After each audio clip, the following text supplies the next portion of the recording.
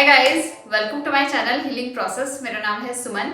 अपने इस चैनल पर मैं खुद को हील करने की प्रोसेस से रिलेटेड कंटेंट शेयर करती हूँ। गाइस, आज का वीडियो है ऑन आवर विक्टिम मेंटालिटी और इससे कैसे हम बाहर निकले। गाइस, जो सबसे बड़ा साइन है जिसे हमें ये पता चलेगा ना कि हम इस लाइफ में खुद को असेंड कर रहे हैं, हम प्रोग्रेस कर रहे हैं, खुद को स्पिरिचुअली ग्रो कर रहे हैं, वो है कि जब हम ये विक्टिम मेंटालिटी छोड़ देंगे ना तो हम कंप्लीटली खुद को ग्रो कर चुके होंगे। और इस विक्टिम मेंटालिटी को छोड़ने से ये पता लगता है कि हम हमारी लाइफ में कितना ग्रो कर रहे हैं। पर बचपन से ही हमारे साथ ऐसी वियर्ड सिचुएशन होती है, ऐसी हर्टफुल, पेनफुल, ट्रॉमेटिक सिचुएशन होती है, ऐसे बुरी बुरी प्रोग्रामिंग हमारे अंदर कर दी जाती है कि हमें हमारी पावर का ही नहीं पता चलता और हम अपने अंदर से इतने वुंडेड, इतने हॉलो हो जाते हैं कि एक टाइम आता है कि हम सेल्फ रिस्पॉन्सिबिलिटी नहीं लेना जानते।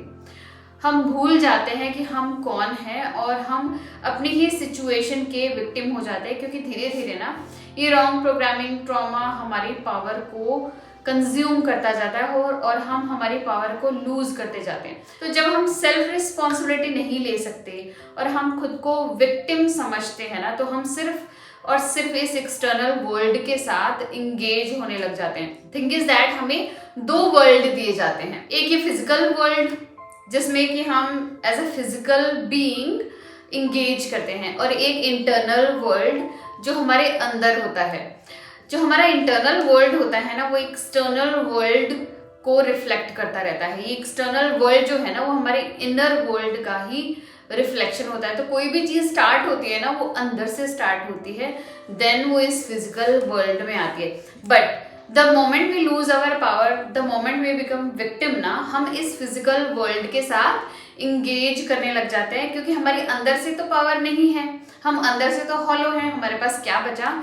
हमारे पास ये फिजिकल वर्ल्ड बचता है और हम इस फिजिकल वर्ल्ड में इंगेज करने लग जाते हैं। होता क्या है, किसी भी एक पर्टिकुलर चीज को लेकर हम इरिटेट हो जाते हैं। किसी ने कुछ बोला और हम परेशान हो गए, किसी ने कुछ ऐसा एक्शन लिया या ऐसा कोई बिहेवियर किया या ऐसी कोई सिचुएशन जो कि हमें अच्छी नहीं लगी, तो हमारे अंदर का इनर वर्ल्ड हिल जाता है और हमें सेल्फ रिस्पॉन्सिबिलिटी नहीं लेनी आती ना, तो हम सीधा उसमें रिएक्शन देते हैं।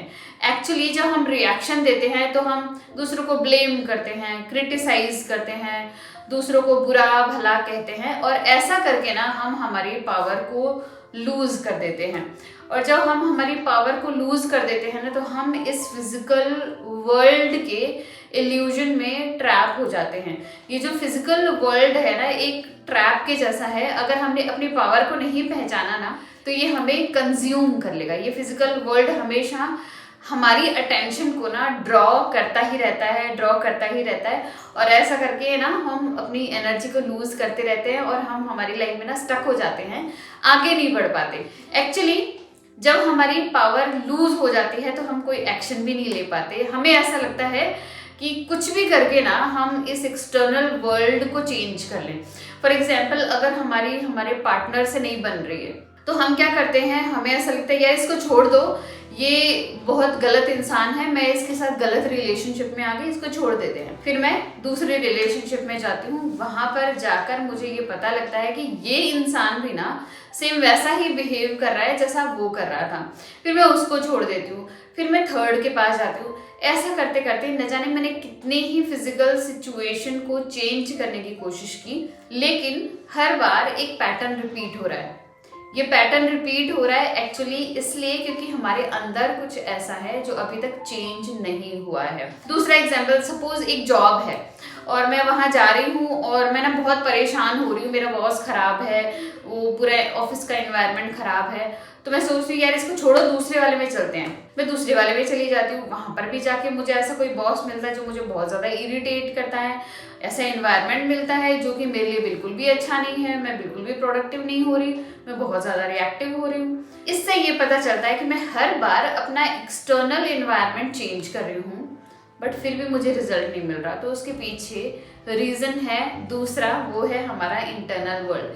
कुछ ऐसा है हमारे अंदर जो कि अभी तक चेंज नहीं हुआ है। हमें ऐसा लगता है हम इस एक्सटर्नल वर्ल्ड के साथ इंगेज करके इसको चेंज कर लें, बट हम चेंज नहीं कर पाते क्योंकि हर बार सिचुएशन सेम हो जाती है, सेम टाइम का पैटर्न रिपीट होता है और हम दूसरों को क्रिटिसाइज करते हैं, ब्लेम शेम गेम खेलने लग जाते हैं और ऐसा करके ना हम अपना ही कर्मा बढ़ाते जाते हैं। बहुत सारा कर्मा हम अपना इकट्ठा कर लेते हैं और ये जो कार्मिक बैगेज है ना, एक्चुअली हमारा कार्मिक बैगेज बढ़ने लग जाता है इस विक्टिम मेंटालिटी के कारण। बट हमें क्या करना चाहिए था, हमें इस एक्सटर्नल को देखना चाहिए था, क्योंकि एक्सटर्नल हमारे इंटरनल का ना एक मिरर है। तो हमें इस एक्सटर्नल से ना लेसन लेना चाहिए कि कुछ तो है जो कि मेरे अंदर अभी अनहील्ड पड़ा है, कुछ तो है जो इस इंसान ने किया मेरे अंदर एक्टिवेट कर रहा है, कुछ तो है इस एनवायरनमेंट में जो कि मेरे पास्ट की याद दिलाता है या फिर मेरे अंदर कोई इरिटेशन पैदा करता है, जिसको मैंने अभी तक देखा नहीं है, जिसको मैंने अभी तक हील नहीं किया है। ऐसा करके हम खुद की सेल्फ रिस्पॉन्सिबिलिटी लेते हैं। अगर हम इतना ही समझ जाएं कि हमारा इंटरनल जो है वो हमेशा इस फिजिकल वर्ल्ड में रिफ्लेक्ट होता रहता है, तो हम समझ जाएंगे कि जो कुछ भी हमारे इस फिजिकल वर्ल्ड में चल रहा है, अगर वो सही नहीं चल रहा, इट मीन्स कि हमारे अंदर कुछ ऐसा है जो सही नहीं चल रहा है। लेकिन हम बाहर की सिचुएशन, जो वॉलेटाइल सिचुएशन है या जो भी ट्रिगरिंग सिचुएशन है, उसकी वजह से हम इंटरनली इरिटेट हो जाते हैं और हम उसकी सेल्फ रिस्पॉन्सिबिलिटी नहीं लेते हैं ना, तो सिर्फ कंटिन्यू एक एक्सटर्नल इंटरनल का लूप चलता है, लेकिन हम इंटरनल में जाकर उसको हील नहीं कर पाते। तो वो चीज़ बार बार एज अ पैटर्न हमारी लाइफ में रिपीट होती जाती है। तो हमें क्या करना है, जब भी कुछ एक्सटर्नल होता है और हमारे अंदर उसकी इरिटेशन होती है, then at the time we have to take a pause. हमें एक पॉज लेना है, हमें उस सिचुएशन से बाहर आकर अपने लिए थोड़ा समय निकालना है, अपनी एक सेफ स्पेस में आना है। वो स्पेस जहाँ पर खुद हम बहुत सारा टाइम स्पेंड करते हैं एवरी सिंगल डे, उस स्पेस में आकर हमें ना उसी चीज पर वापस से रिफ्लेक्ट करना है, वापस से इंट्रोस्पेक्ट करना है कि व्हाट इज दैट जो कि मुझे इरिटेट कर रहा है, व्हाट इज दैट जो कि मेरे अंदर कुछ तो है जो एक्टिवेट कर रहा है। ऐसा करके ना हमें बहुत सारे इनर वर्क प्रॉम्प्ट्स करने हैं, हमें काफी सारी जर्नलिंग करनी है।